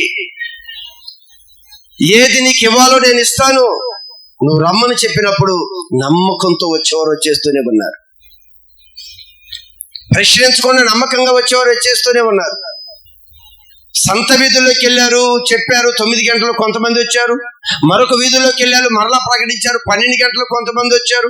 మరొక ప్రదేశంలోకి వెళ్ళారు, మరి కొంతమందికి చెప్పారు. 3 గంటలప్పుడు కొంతమంది వచ్చారు. మరలా దాదాపు 5 గంటలకు వెళ్ళి మరికొందరు నిలిచి ఉండగా చూచి, ఇక్కడ దినమంతయు మీరెందుకు ఊరకనే నిలిచి ఉన్నారు అని పరలోకం పిలుస్తుందండి. పరలోకం పిలుస్తుంది. ఎందుకయ్యా దినమంతా ఎందుకు ఊరుకుంటారు? ఏం చెప్పారంట లాస్ట్ లో? దినమంతా ఎందుకు ఊరకనే నిలిచి ఉన్నారని, ఎందుకు ఊరకనే నిలిచి ఉన్నారు అని వారిని అడుగగా వారు ఎవడును మమ్మల్ని కూలికి పెట్టుకొనలేదు. మాకు తెలియదయ్యా, మమ్మల్ని ఎవరు పిలవలేదు, మాకు తెలిస్తే వచ్చేసే వాళ్ళం కదా ప్రభు, మాకేం తెలియదు. ఈ రోజు కూడా ప్రభు అంటున్నాడు, సువార్త అందరి ప్రదేశంలోకి వెళ్ళి మీరు సువార్తను ప్రకటించండి. వారెవరు సువార్త ఏంటో నాకు తెలియదు అని చెప్పకుండా, ఎక్కడ సువార్త అందలేదు వారికి మీరు సువార్త ప్రకటించండి. వీరు చెప్తున్నారు, అయ్యా మాకు తెలియదయ్యా, అక్కడికి వస్తే సమృద్ధి ఉంటుందని, అక్కడికి వస్తే క్షేమం ఉంటుంది అని, అక్కడ ఉంటుందని మాకు తెలియలేదు. అందుకే ప్రభు 2025 సంవత్సరాల నుండి ఆయన పిలుస్తూ ఉన్నాడు, మిమ్మల్ని స్వతంత్రులుగా చేస్తాను, రండి, మిమ్మల్ని స్వతంత్రులుగా చేస్తాను, సాతాను యొక్క బానిసత్వం నుంచి మేము విడిపిస్తాను అని 2025 సంవత్సరాల నుంచి ప్రభు అదే అనౌన్స్మెంట్ చేస్తున్నాడు. ఆయన ఆ కాలంలో వచ్చిన వారు ఉన్నారు, తర్వాత కాలంలో వచ్చిన వారు ఉన్నారు, మరొక కాలంలో వచ్చిన వారు ఉన్నారు. ఉదయం వచ్చారంట, 9 గంటలకు వచ్చారంట, 12 గంటలకు వచ్చారంట, 3 గంటలకు వచ్చారంట, చివరికి 5 గంటల సమయంలో కూడా ఇదిగో పరలోక రాజ్యం ఆ యజమానుడు పిలుస్తూ ఉన్నాడు. అయ్యా ఎందుకయ్యా ఖాళీగా ఉంటారంటే వారు చెప్తున్నారు, అయ్యా మాకు తెలియదు, అయ్యా మాకు తెలియదు అని చెప్పి వెంటనే ఏం చేశారంట వారు? మీరును నా ద్రాక్ష తోటలోనికి వెళ్ళుడి అని. మీరు కూడా నా ద్రాక్ష తోటలోనికి వెళ్ళండి. టైం ఎంత అయిపోయింది? 5 అయిపోయింది. చివరి ముగించబడుతుంది కదా. 6 గంటలకు. ఎన్ని గంటలకు ముగించబడుతుంది? 6 గంటలు. 6 గంటలకు ముగించబడుతుంది. చదవండి, ఇక్కడ ఏముంది? సాయంకాలమైనప్పుడు ఆ ద్రాక్ష తోట యజమానుడు తన గృహ నిర్వాహకుని చూచి, అది గృహ నిర్వాహకుని చూచి పనివారిని పిలిచి, పనివారందరిని అందరూ వచ్చారు కదా. ఒక ఆశ్చర్యకరమైన విషయం ఏంటంటే, చివరి 5 గంటలు, 6 గంటలకు పని క్లోజ్. ఎప్పుడు వచ్చారు వీళ్ళు? 5 గంటలకు వచ్చారు. జాగ్రత్తగా ఈ సందర్భం ఎందుకు యేసు ప్రభు ఇక్కడ రాసి ఉంచారు, జాగ్రత్తగా మీకు అర్థం కావాలి. చివరికి 5 గంటల సమయంలో కూడా ఆ విషయం తెలియగానే పరిగెత్తుకుంటూ ప్రభు దగ్గరకు వచ్చారు. ఈ అంత్యకాలంలో, ఈ చివరి దినాల్లో కూడా, ఈ కృపాకాలం సమయం అయిపోయింది, సమయం ముగించిపోయే సమయంలో కూడా ప్రభు పలకరిస్తూ పిలుస్తూనే ఉన్నాడు. ఆ ద్వారాలు ముయ్యక ముందే ప్రభు హెచ్చరికలు ఇస్తున్నాడు, పిలుస్తూ ఉన్నాడు. 5 గంటలకు వచ్చారు, అయితే 6 గంటలకి పని క్లోజ్ అయిపోయాయి. 6 గంటల పని క్లోజ్ అయిపోయాయి. అయితే ఈ యజమానుడు గృహ నిర్వాహకుని చూచి పనివారిని పిలిచి చివర వచ్చిన వారు మొదలుకొని మొదట వచ్చిన వారి వరకు వారికి కూలి ఇమ్మని ఇచ్చేయమని చెప్పాడు. యజమానుడు పరలోక రాజ్యం చెప్తుంది, ఇదిగో చివరి వచ్చిన వాడి దగ్గర నుండి మొదటి వచ్చిన వారి వరకు కూలి ఇచ్చేసాయి అని అనౌన్స్ చేశారు. దాదాపు 5 గంటలకు కూలికి కుదిరిన వారు వచ్చి ఒక్కొక్క దీనారము చొప్పున తీసుకొనిరి. అది చివరిలో వచ్చారు కదా, 5 గంటలకు వచ్చారు కదా. మరి ఎంత సమయం చేశారు వాళ్ళు? గంట చేస్తారా? మరి అన్ని బట్టలు మార్చుకొని రెడీ అయిపోయి తుడుచుకొని అన్ని పనులు ఉండే కదా, ఉపాధి పనికి వెళ్ళే వాళ్ళకి తెలుసు కదా. సరే చివరికి వచ్చాడు. 5 గంటలకు వచ్చిన వారు బ్యాచ్ వచ్చారు ముందు. అయితే కూలి ఇవ్వమన్నాడు కదా, ఎంత ఇచ్చారు? ఒక దేనారము ఇచ్చారు. అయితే ఇక్కడ దేనారం ఇవ్వగానే మొదట వచ్చాడు కదా, ఉదయాన్నే 6 గంటలు. అతని ఆలోచన ఎలా ఉంటుంది అమ్మా? ఈ చివరిలో వచ్చిన వాడికి దేనారం ఇచ్చేశారు కదా, ఈ మొదట వచ్చాడు కదా 6 గంటలకి వచ్చి పని చేశాడు కదా, అతను కూడా చూస్తూ ఉన్నాడు, చాలా ఉత్సాహంగా ఉన్నాడు. అటు నుంచి వస్తుంది కౌంటింగ్. ముందు 5 గంటలకి, తర్వాత 3 గంటలకి బ్యాచ్ అటు నుంచి అలా విచ్చుకుంటూ వస్తున్నారు. చదవండి ఇప్పుడు. మొదటి వారు వచ్చి తమకు ఎక్కువ దొరుకును అనుకునిరి. వీళ్ళు ఏమనుకుంటారు, అబ్బో వాళ్ళు 1 ఇచ్చారంటే మనకి లాస్ట్ గంటకి ఎన్ని వచ్చినాయి? 1 దేనారం వచ్చింది. ఇప్పుడు మనకి ఎన్ని దేనారాలు అనుకుంటున్నారంట. వచ్చి తమకు ఎక్కువ దొరుకును అనుకునిరి. కానీ వారికి ఒక్కొక్క దేనారము చొప్పునే దొరికిను. వారికి కూడా ఒక్కొక్క దేనారమే దొరికిను. అమ్మ మీరు ఆలోచించండి, ఇది న్యాయం అంటారా అమ్మా? నచ్చినట్టు ఎలా కుదురుతుంది? దేవుడు ఎలా చేస్తానంటే అలా ఊరుకుంటారు. ఆయన ఎలా పడితే అలా చేయడు. ఆయన కూడా అలా చేయటానికే వీల్లేదు.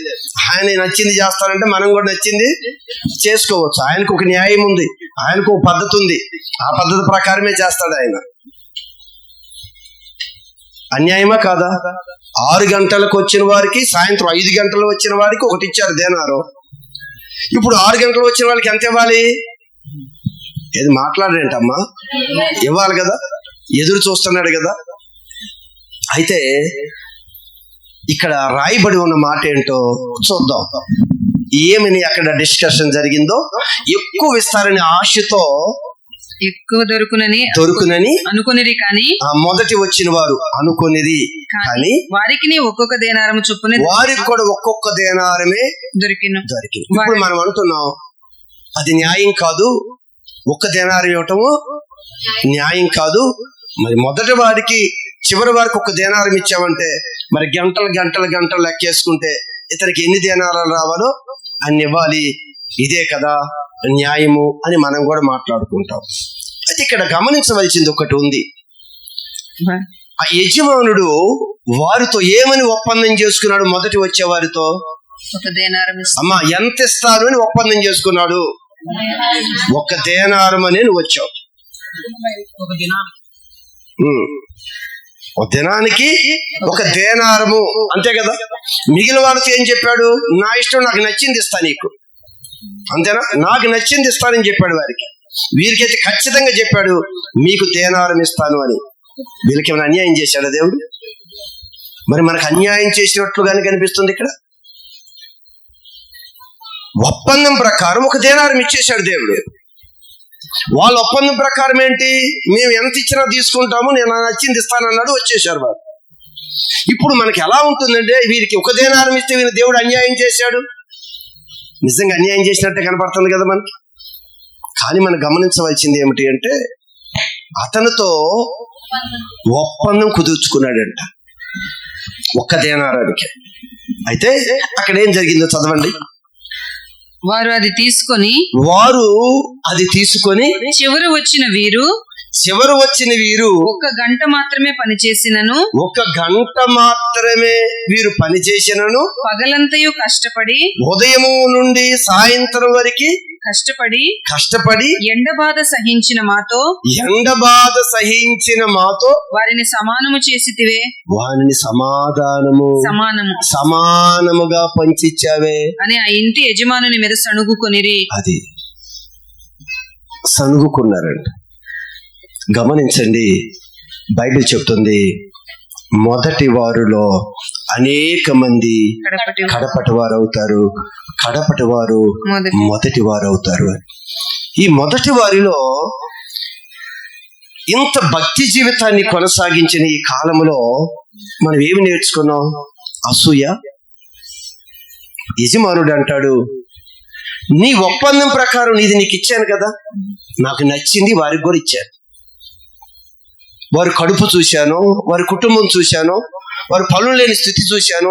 ఏదో నా ప్రేమతో నేను ఇచ్చాను. నీకేం అన్యాయం చేయలేదు, నీకు నేనేం అన్యాయం చేయలేదు కదా. నీతో కుదుర్చుకున్న ఒప్పందం ప్రకారం నీతో కుదుర్చుకున్నాను. ఒకరోజు 500 ఇస్తానమ్మా అని.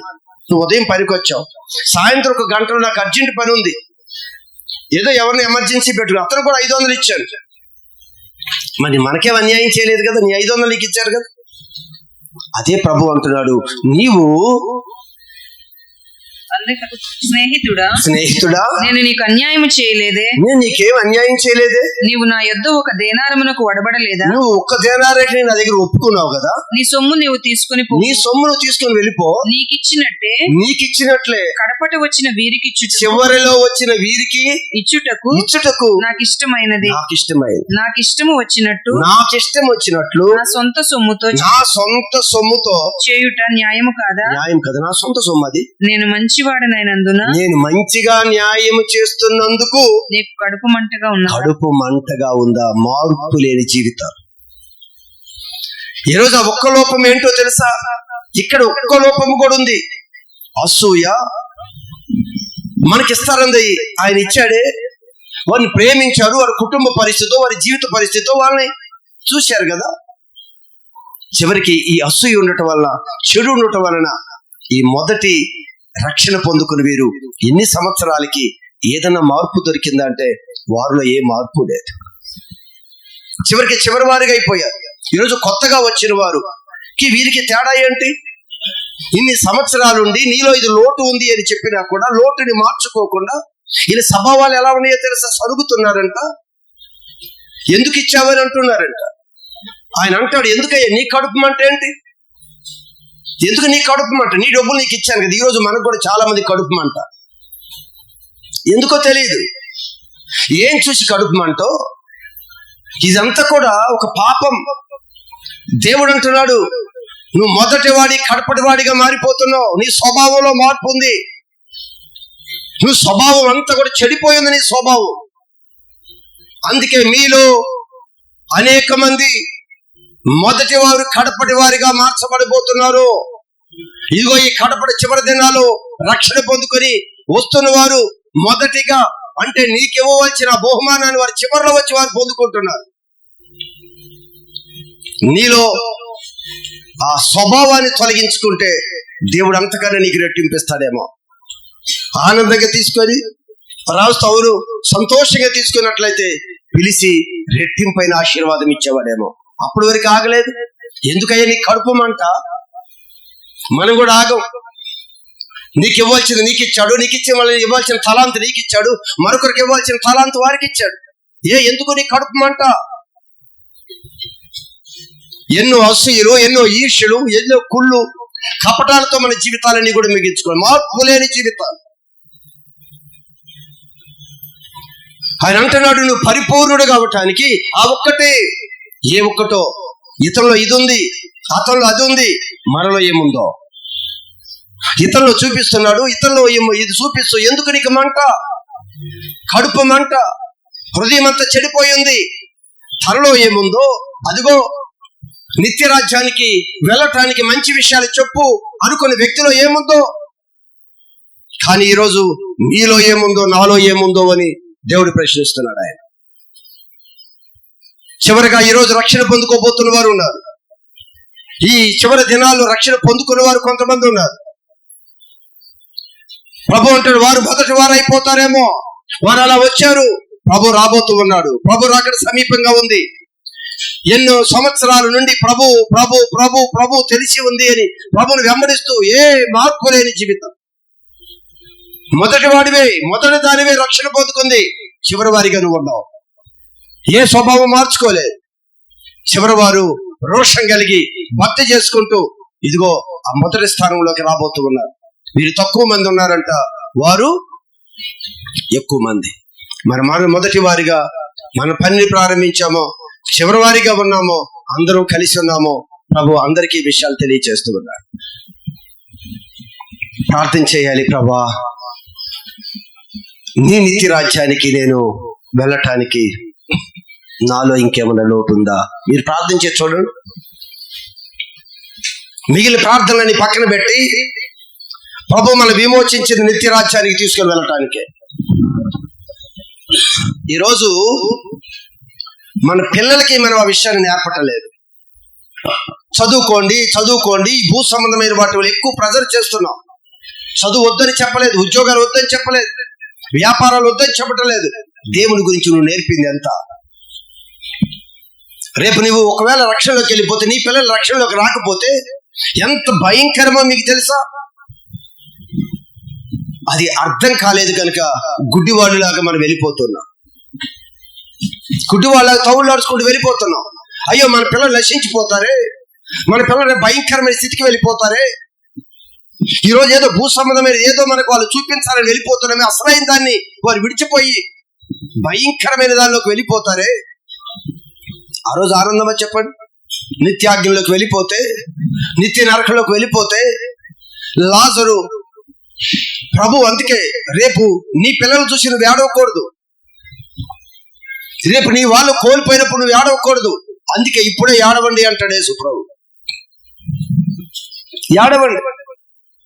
నా కొరకు కాదయ్యా ఏడ్చేది, మీ కొరకు, మీ పిల్లల కొరకు ఏడబట్ట. ఏదో ఏ రోజున మనకు ఆశ ఉందా చెప్పండి? ప్రభు దగ్గరికి వచ్చాయా ఆ నిత్య రాజ్యంలోకి వెళ్ళటానికి ఏంటయ్యా నేను ఏం చేయాలి? ఆయన చెప్తాడు, అయ్యా నీ ఒక్కడి కొరకే కాదు నీ ఏడుపు, నీ పిల్లల కొరకు కూడా ఏడు. నీ పిల్లల జీవితాలు కూడా చక్కగా మార్చి దేవుడి యొక్క రాజ్యానికి నువ్వు తీసుకురావటానికి నీ పిల్లల కొరకు భక్తి మార్గంలో ఏం నేర్పుతున్నావు నీ పిల్లలకి? ఈరోజు మన పిల్లలు సండే స్కూల్లో నిలబెట్టాం. దేవుని చక్కని ఉపదేశంలోకి వాళ్ళు తీసుకురావు. మనం కూడా చక్కని ఉపదేశం వినటానికి మనం కూడా ప్రయాణించి ఏది ఉంటే దానిలో మునుక్కునే తేలిపోతామే కానీ సత్యాన్ని అన్వేషించుకుంటూ సత్యములో బలపడి ఆ సత్య స్వరూపి అయిన ప్రభు దగ్గరికి చేరటానికి మనం పడుతున్న ప్రయాసం ఎంత. ఎక్కడ ఏ దగ్గరలో ఉంటే దానిలో దూరిపోవటం కాదు. లోకంలో దేనిలో అయినా నువ్వు రాజీ పడు, భక్తి విషయంలో రాజీ పడకూడదు. భక్తి విషయంలో రాజీ పడకూడదు. ఈ ఆత్మ చాలా విలువైందండి. ఈ ఆత్మ చాలా విలువైంది. ఈరోజు చాలా మందికి ఒకవేళ విలువ అర్థం కాకపోవచ్చు. చాలా విస్తారంగా దేవుడు అనేకమైన విషయాలు మాట్లాడాడు. ఇది కొంతమందికే, ఇది కొంతమందికే. ఆల్రెడీ కొంతమంది చెప్తున్నా కూడా వ్యసనపడి దాన్ని మానేసుకున్న వారు ఉన్నారు.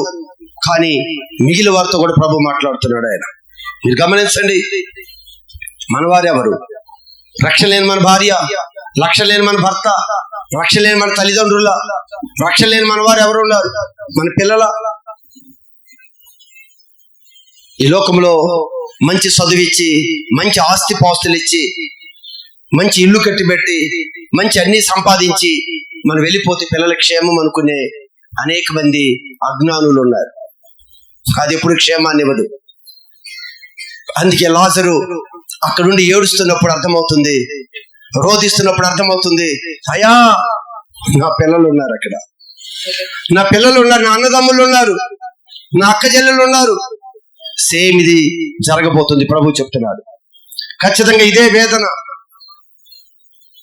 ఈరోజు ఒకవేళ మనం కూడా ఆ ఒక్కటి ఆ పరిపూర్ణతలోకి రాకపోతే మనం అక్కడికి వెళ్ళి మన గురించి వెళ్ళడమే కాదు, మన వారు అందరి కొరకే ఏడ్చే ఒకవేళ దినాలు రాకూడదు అని, ఆ పరిస్థితుల్లోకి మనం వెళ్ళిపోకూడదని దేవుడు మనందరినీ ప్రదేశంలో పిలిచి నిత్యం మనం హెచ్చరిస్తూనే ఉన్నారు. ప్రేమిస్తున్నాడు సంగమా. చాలా ఆశతో వచ్చాం ఇక్కడికి, చాలా ప్రయాసతో వచ్చాం. ప్రార్థన అంటే పరుగులు తీసుకుంటూ నీ పిల్లలను కూడా తీసుకుని వచ్చి వారి వాక్యంలో, వారి ఉపదేశంలో, ప్రార్థన సహవాసానికి నీ పిల్లలు పరిచయం చేయవా? అమ్మ నువ్వు ఇంట్లో ఉండు, నువ్వు రాలేవు, నువ్వు తిరగలేవు, నీకు అక్కడ ఇబ్బందిగా ఉంటుంది అని ఎక్కడో కూర్చోబెట్టి మనం మాత్రం వస్తే రేపు వారు ఎంత పాడైపోతారో తెలుసా? ఈ శరీర సంబంధమైన ఒక సౌఖ్యంలో నీ పిల్లలు ఉంచాలని నువ్వు చూస్తున్నావేమో, భయంకరమైన పరిస్థితి ఉంది. ఆ రోజు నీవు నేను ఎవరు కూడా తప్పించలేని పరిస్థితులు ఉన్నాయి. అందుకే కాలము సంకుచితముగా ఉంది, కాలం చాలా తక్కువగా ఉంది. సమయం వస్తే వారందరూ కూడా లాస్ట్ నేను చెప్పిన విధంగా ఒక శ్రమ వచ్చింది, ఒక కష్టం వచ్చినప్పుడు పెద్దవారు, చిన్నలు, పిల్లలు, పసిపిల్లలు, బాలురు అందరూ కలిసి వచ్చి దేవుడి సన్నిధిలో ప్రార్థన చేయటం ప్రారంభించారంట.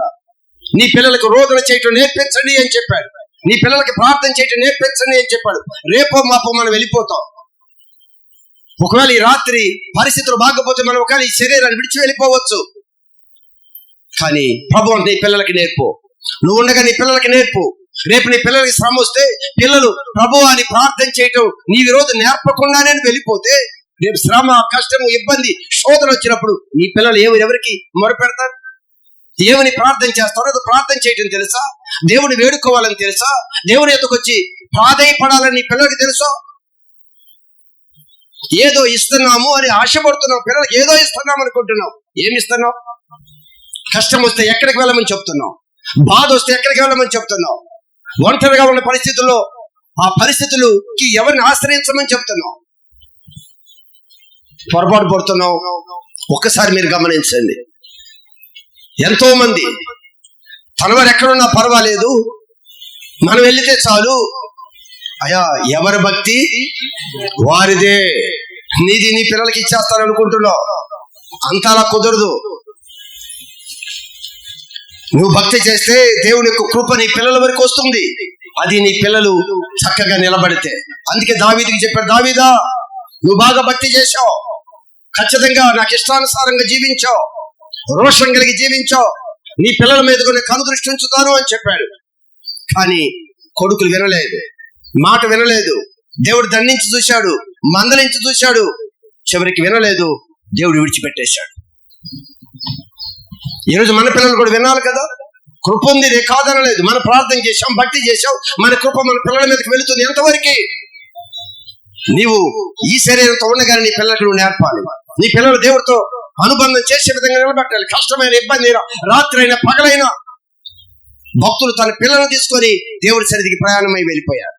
పిల్లలు నేర్చుకుంటారండి ఈ సహవాసం ఎలా ఉంటుంది, ప్రార్థన ఎలా ఉంటుంది, సండే స్కూల్ ఎలా ఉంటుంది, ఎక్కడ ఎలా ప్రార్థనలు జరుగుతాయి, ఎక్కడ ఎలా ఉంటుంది, అన్నింటిలో కూడా ఆరితేరుతారు. వాళ్ళు బలపడతారు, ధైర్యంగా ప్రార్థన చేస్తారు. వారు ఏకాంతంగా బాధ వస్తే పరిగెత్తుకుంటూ వెళ్ళి ప్రార్థన చేసే ఒక అనుభవాన్ని మనం ఉండగా మన పిల్లలకి మనం నేర్పాలి. కాలం చాలా గడిచిపోయింది. చివరి దినాల్లో ఉన్న ప్రభు చెప్తున్నాడు, చివరి వారు మొదటి వారు అవుతున్నారు. మొదటి వారు అనేక మంది చివరి వారు అయిపోతున్నారు, కడపటి వారు అయిపోతున్నారు. జాగ్రత్త. దేవుడు హెచ్చరిస్తున్నాడు. సంగమా, మనం క్షేమంగా ఉంటేనే కాదు, మన వారు క్షేమంగా ఉండాలి, మన కుటుంబాలు క్షేమంగా ఉండాలి, మన కలిగిందంతా క్షేమంగా ఉండాలి. కనుక మనం ప్రార్థన చేస్తూ మన వారికి ప్రార్థన చేయటం నేర్పాలి, వాక్యం చదవటం నేర్పాలి. ఎక్కడో మా పిల్లలు బాగా చదువుకుంటున్నారు, ఉన్నతంగా వెళ్తున్నారు, ఏం పర్వాలేదు అనుకుంటున్నాం. ఎక్కడ ఉన్నవారు అక్కడ ఎంత ప్రార్థన చేస్తున్నారు, ఎంత వాక్యంతో సహవాసం ఉంది.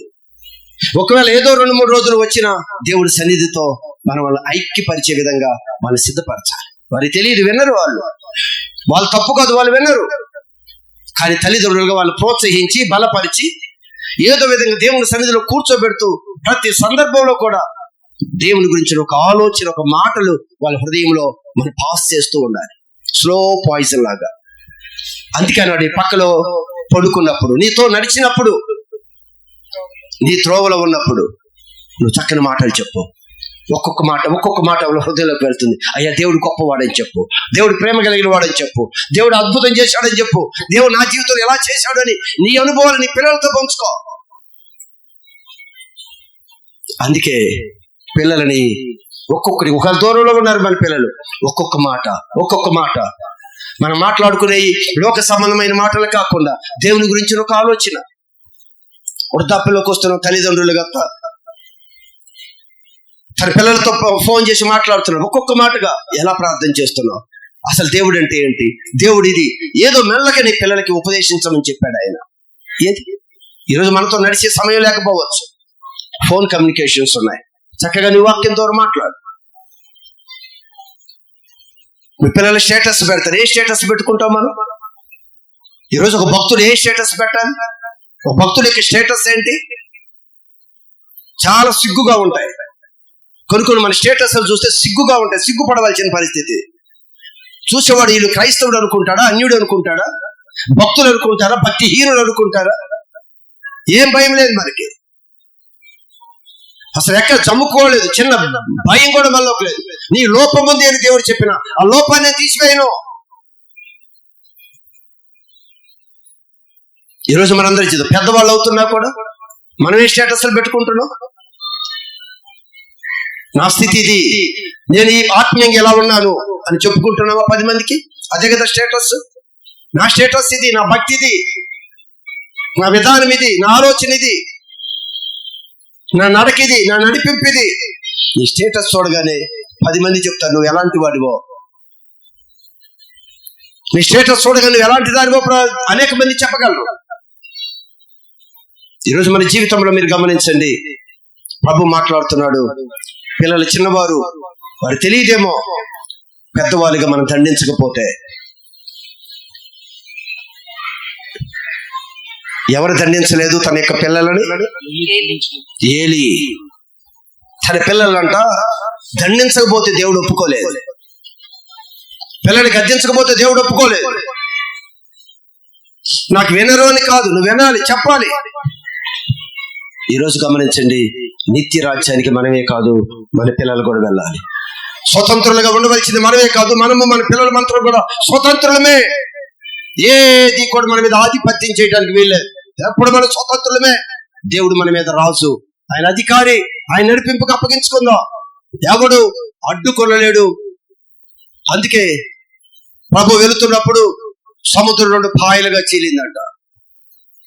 ఏది అడ్డుకోదు. తన ప్రజలు సునాయాసంగా నడిచే విధంగా ప్రభు తీసుకొని వెళ్ళిపోయాడు. ఈరోజు మనం కూడా ప్రభు కొరకు నిలబడదాం. మన పిల్లలు, మన చదువులైనా, ఉద్యోగాలైనా, వ్యాపారాలైనా, మన పిల్లలు, మనము, మన వారు ప్రారంభించిన ప్రతి పనిలో దేవుడి మార్గాలు సరళం చేయాలి. మన పిల్లల పక్షాన్ని దేవుడు నిలబడాలి.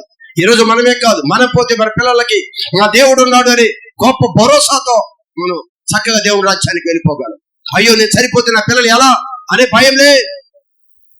నా పిల్లలకి నా దేవుడు ఉన్నాడు, ఈ రోజు నేను పిలిస్తే నేను దేవుడి దగ్గరికి వెళ్ళగలను, నా పిల్లలకి నా దేవుడు ఉన్నాడు అనే విధంగా మన భక్తిని మన పిల్లలకి అలవాటు చేయాలి.